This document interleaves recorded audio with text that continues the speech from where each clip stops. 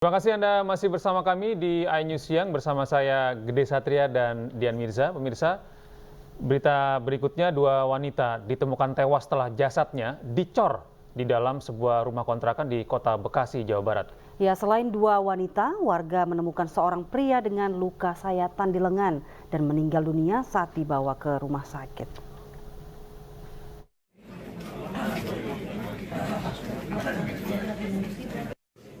Warga Jalan Nusantara, Kelurahan Harapan Jaya, Bekasi Utara, Jawa Barat digegerkan dengan penemuan dua orang mayat wanita yang dicor di dalam rumah kontrakan.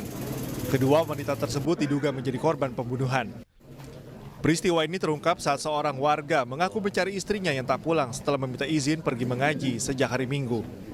Suami dari salah satu korban yang mengetahui posisi istrinya melalui pelacakan telepon genggam, kemudian melaporkan ke warga dan polisi. Saat didobrak, polisi mendapati seorang pria yang diduga pelaku dalam kondisi tangan tersayat dan meninggal dunia saat dibawa ke rumah sakit. Diduga korban ini pergi mengaji, namun sampai dengan hari Senin ini tidak kembali. Nah, sehingga dengan kecurigaan itu, dia mencoba mencari dan ditemukanlah di sekitar TKP ini.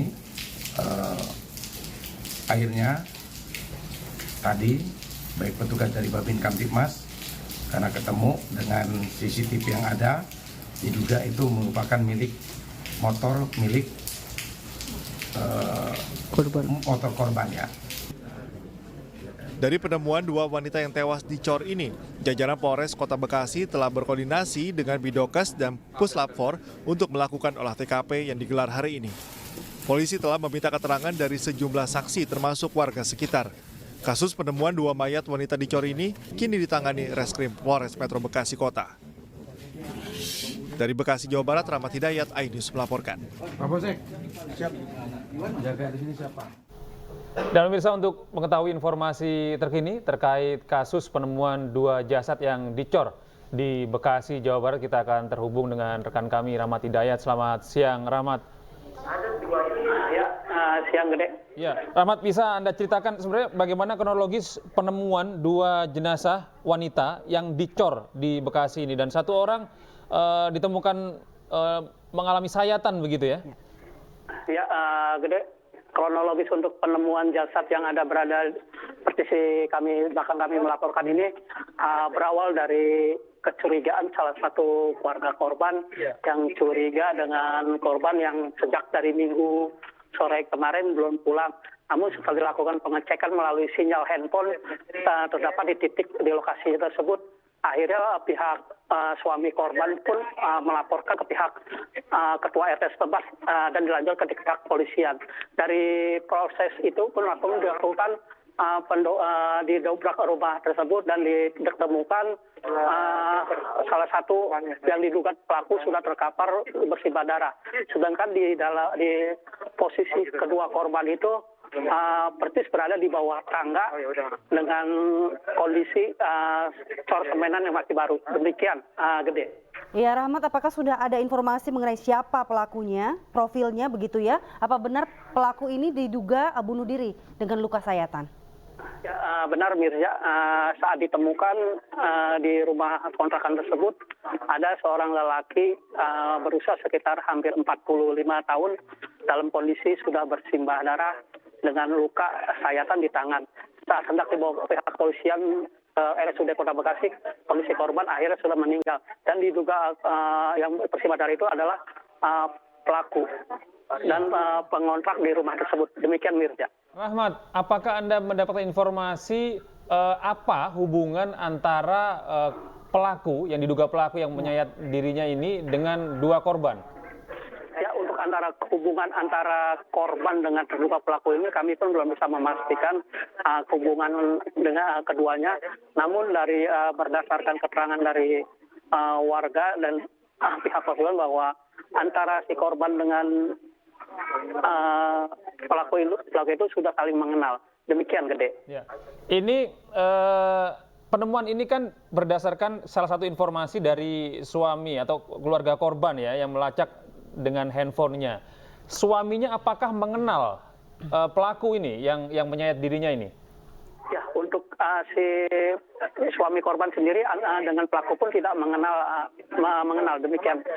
Gede. Ya, apakah Anda juga mendapat informasi sebenarnya sejak berapa lama pelaku ini mengontrak di rumah itu dan bagaimana hubungannya dengan tetangga di sekitar?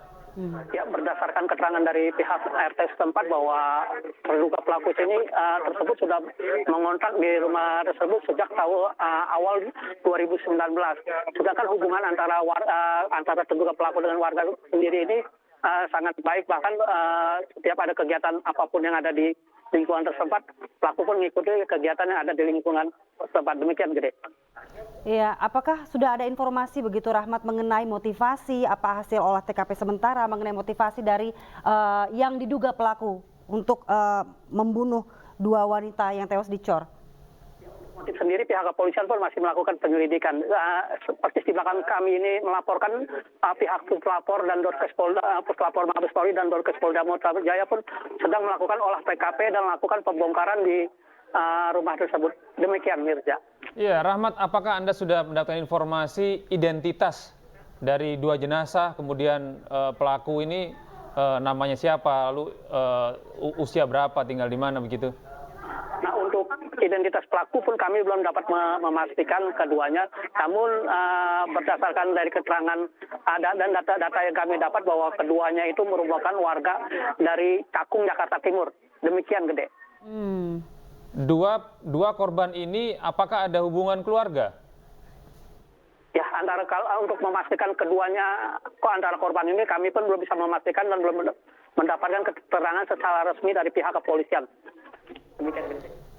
Ya, Rahmat, apakah Anda bisa memberikan informasi situasi terkini di sana? Karena kami melihat di belakang Anda ini petugas kepolisian terus masih berkumpul di sana, dan apa kira-kira yang mereka lakukan saat ini?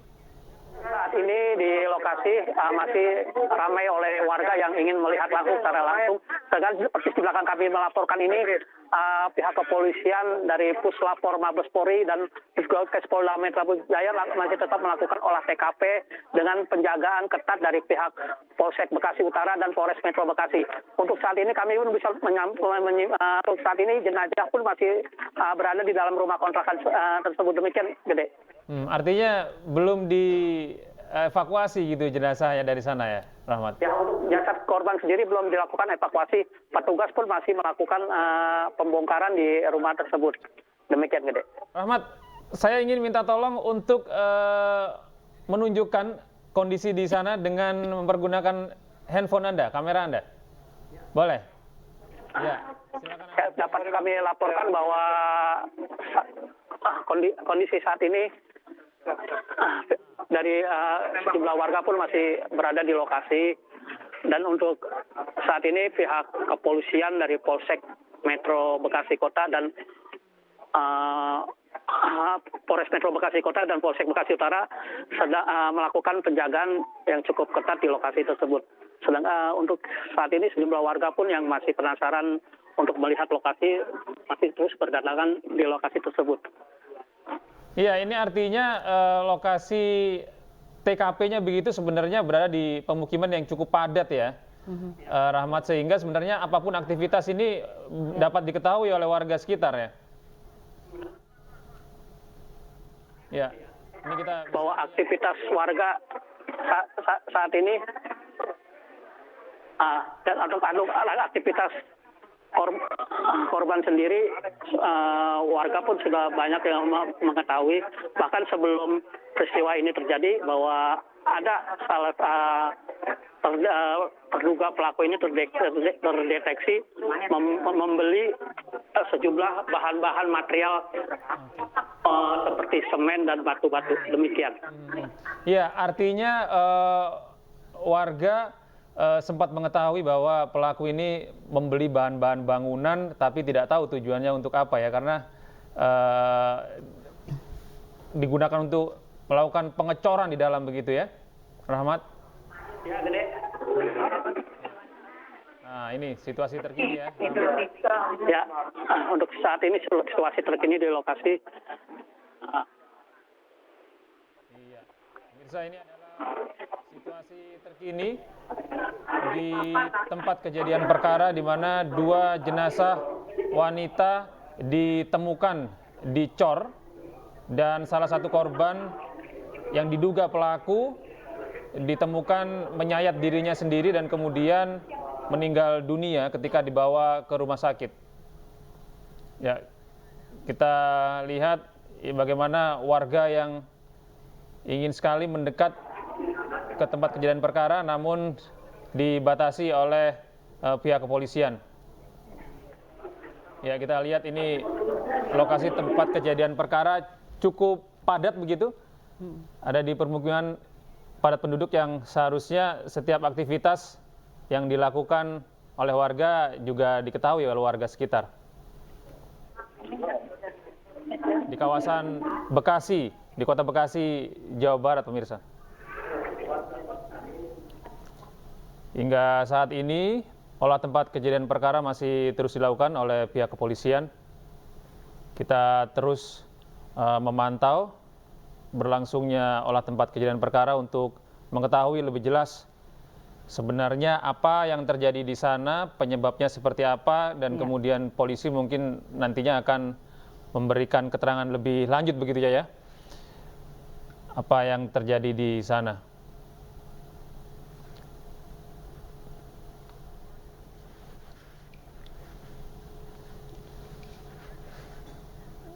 Iya, ini kawan-kawan media juga rupanya dibatasi begitu untuk tidak bisa mendekat ke lokasi di tempat kejadian perkara. Ini mungkin pihak kepolisian masih terus mencari bukti-bukti atau alat bukti yang bisa digunakan untuk menguak kasus pembunuhan dan penemuan 2 jenazah yang dicor.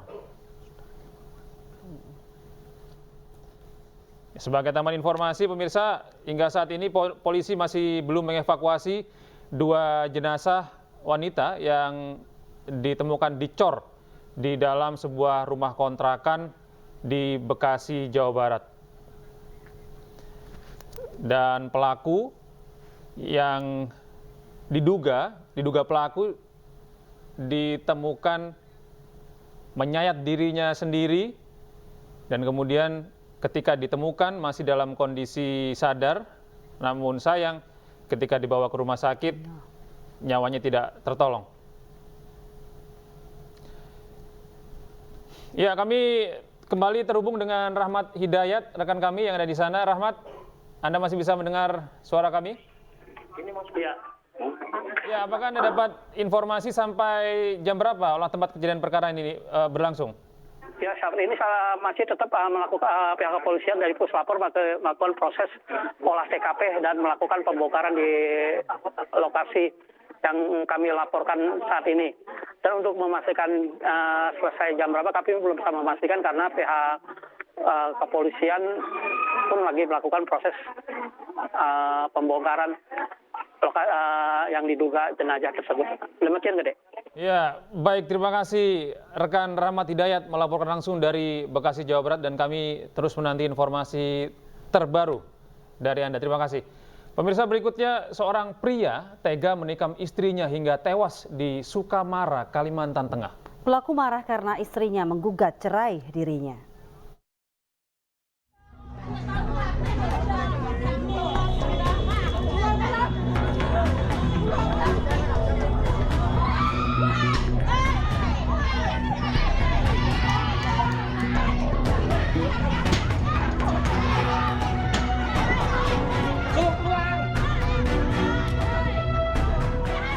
Warga Jalan Cakra, Sukamara, Kalimantan Tengah ini gempar.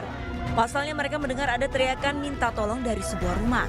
Sejumlah warga pun langsung mengepung rumah Mas Diana dan Syamsul. Namun saat hendak masuk, Syamsul keluar dengan membawa sebilah pisau. Pelaku berhasil dilumpuhkan dan warga segera menghubungi polisi. Saat akan diamankan, pelaku sempat mencoba meminum racun tikus dan digagalkan warga.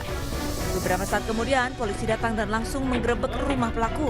Ternyata korban yang merupakan istrinya sudah terkapar bersimbah darah. Petugas pun langsung membawa korban ke rumah sakit untuk mendapatkan penanganan medis. Kalau pelakunya adalah suami sendiri, tentunya dilakukan dengan modus menikam di bagian dada sebelah kiri yang menyebabkan kehabisan darah. Sempat dibawa ke rumah sakit untuk upaya penyelamatan, tapi nyawa korban melayang. Menurut Ketua RT setempat, Pak Sutri ini sering bertengkar di dalam rumah. Diduga pelaku tidak terima ketika istrinya hendak menggugat cerai. Sudah beberapa 2 bulan yang lalu itu, 1 bulan itu setiap malam dia membawa senjata yang khas, seperti gunting apa itu dibawa itu. Nah ini yang tidak pernah sekitar sebulan setiap malam kayak gitu diajukan ke pengadilan karena dia merasa takut diapai waktu dia tidur. Kasus pembunuhan ini masih ditangani Reskrim Polres Sukamara. Saat ini korban sudah dimakamkan tak jauh dari rumah mereka. Sedangkan pelaku masih menjalani perawatan di Rumah Sakit Daerah Sukamara dengan pengawasan ketat polisi. Dari Kabupaten Sukamara, Kalimantan Tengah, Sigit Zakwan Pamungkas, iNews melaporkan. Pemirsa, terpidana kasus pembunuhan berencana Brigadir Yosua Huta Barat berada Richard Eliezer tidak jadi dipenjara di Lapas Salemba, dikembalikan ke rutan Bareskrim Polri. Dikembalikannya Eliezer atas alasan keamanan.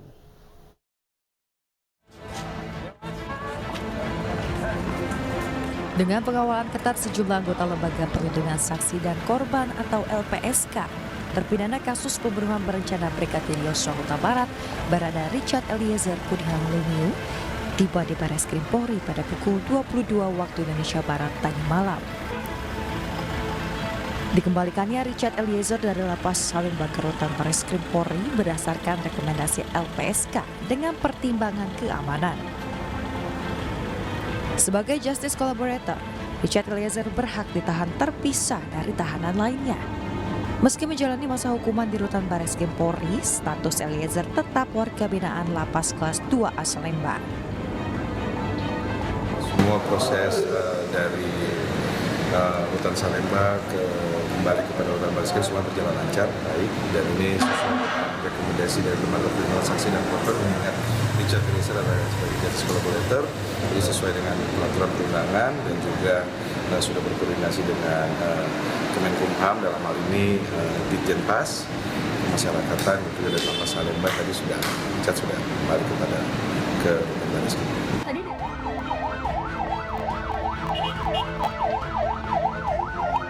Sebelumnya Senin siang, terpidana Richard Eliezer sempat dibawa ke Lembaga Pemasyarakatan Salemba, Jakarta Pusat. Dibawanya Eliezer ke Lapas Salemba untuk menjalani eksekusi atas putusan Majelis Hakim Pengadilan Negeri Jakarta Selatan yang menjatuhkan vonis pidana penjara 1 tahun 6 bulan atas kasus pembunuhan Yosua Huta Barat. Dari Jakarta, Rizky Falufi, iNews melaporkan. Kita beralih ke informasi lain, pemirsa. Majelis Hakim Pengadilan Negeri Jakarta Selatan memvonis Hendra Kurniawan 3 tahun dan Agus Nurpatria 2 tahun penjara dalam kasus perintangan penyidikan. Dua mantan anak buah Sambo itu terbukti merusak CCTV, alat bukti pembunuhan Brigadir Yosua. Pada terdakwa Hendra Kurniawan SIK, oleh karena itu dengan pidana penjara selama 3 tahun. Mantan Karopaminal Propam Polri, Hendra Kurniawan divonis 3 tahun penjara dan denda 20 juta rupiah subsidiar 3 bulan kurungan penjara. Hendra divonis dalam kasus perintangan penyidikan, perusakan CCTV, pembunuhan Brigadir Yosua oleh Majelis Hakim Pengadilan Negeri Jakarta Selatan. Mendengar putusan tersebut, anak perempuan Hendra tampak menangis, padahal sebelumnya ia tampak tegar saat hakim membacakan pertimbangan vonis. Hendra dinyatakan bersalah karena merintangi penyidikan kasus pembunuhan Brigadir Yosua Huta Barat. Menjatuhkan pidana kepada terdakwa Hendra Kurniawan SIK, oleh karena itu dengan pidana penjara selama 3 tahun dan pidana denda sebesar 20 juta rupiah dengan ketentuan bila pidana denda tersebut tidak dibayar maka harus diganti dengan pidana kurungan selama 3 bulan. Menetapkan masa penangkapan dan penahanan yang telah dijalani terdakwa dikurangkan seluruhnya dari pidana yang dijatuhkan tersebut. Selain Hendra, mantan anak buah Sambo yang lain Agus Nurpatria divonis 2 tahun penjara dan pidana denda 20 juta rupiah atau subsidi 3 bulan penjara. Hakim menyatakan Agus bersalah karena terlibat memindahkan isi DVR CCTV terkait kasus pembunuhan mantan ajudan Verdi Sambo, Brigadir Yosua Huta Barat. Agus terbukti memerintahkan AKP Irfan Widianto untuk memeriksa dan mengamankan DVR CCTV di kompleks rumah dinas Verdi Sambo usai Yosua tewas. Padahal AKP Irfan bukan anggotanya. Vonis Agus ini lebih ringan dari tuntutan jaksa yang meminta majelis hakim memvonis Agus 3 tahun penjara. Sementara dalam sidang vonis pekan lalu, Arif Rahman Arifin divonis 10 bulan penjara. Vonis ini lebih ringan dari tuntutan jaksa yakni 1 tahun penjara. Vonis yang sama juga diberikan kepada Irfan Widianto yakni 10 bulan penjara. Sebelumnya Irfan dituntut 1 tahun penjara. Sementara itu Cuk Putranto divonis 1 tahun penjara, sebelumnya Cuk dituntut 2 tahun penjara oleh jaksa penuntut umum. Baikuni Wibowo divonis 1 tahun penjara lebih ringan dari tuntutan jaksa yakni 2 tahun penjara. 2 saksi mahkota dihadirkan dalam sidang lanjutan kasus peredaran narkotika dengan terdakwa Teddy Minahasa. Keterangan kedua saksi semakin memperjelas peran Teddy sebagai pengendali kasus ini.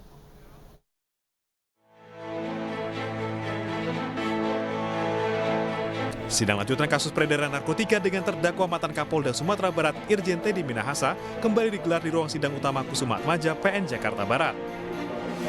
Sidang menghadirkan 2 saksi mahkota, yakni mantan Kapolres Bukit Tinggi AKBP Dodi Prawira Negara dan Linda Pujiastuti. Sidang kali ini membahas relasi dan awal mula hubungan Teddy Minahasa beserta terdakwa lainnya. Dalam persidangan, terungkap bahwa Teddy meminta Dodi mengambil sabu dan menggantinya dengan tawas.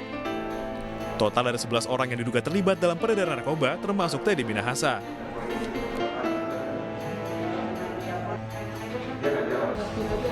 Ya, seperti yang saudara saksikan kan, jadi ini menjadi semakin terang menerang begitu. Jadi kita melihat sebagaimana dakwaan dari penuntut umum, dakwaan ini sudah menurut kami sudah terbukti sangat kuat sekali gitu. Apalagi tadi dengan 2 keterangan saksi tadi gitu. Karena mereka yang terlibat langsung dan ada di dalam, semuanya ada dalam pengendalian terdakwa gitu. Jadi baik saksi Linda maupun saksi Dodi semuanya dalam pengendalian terdakwa Teddy Minahasa. Sidang selanjutnya akan digelar 1 Maret 2023 dengan agenda pemeriksaan Teddy Minahasa sebagai saksi untuk terdakwa Dodi dan Linda.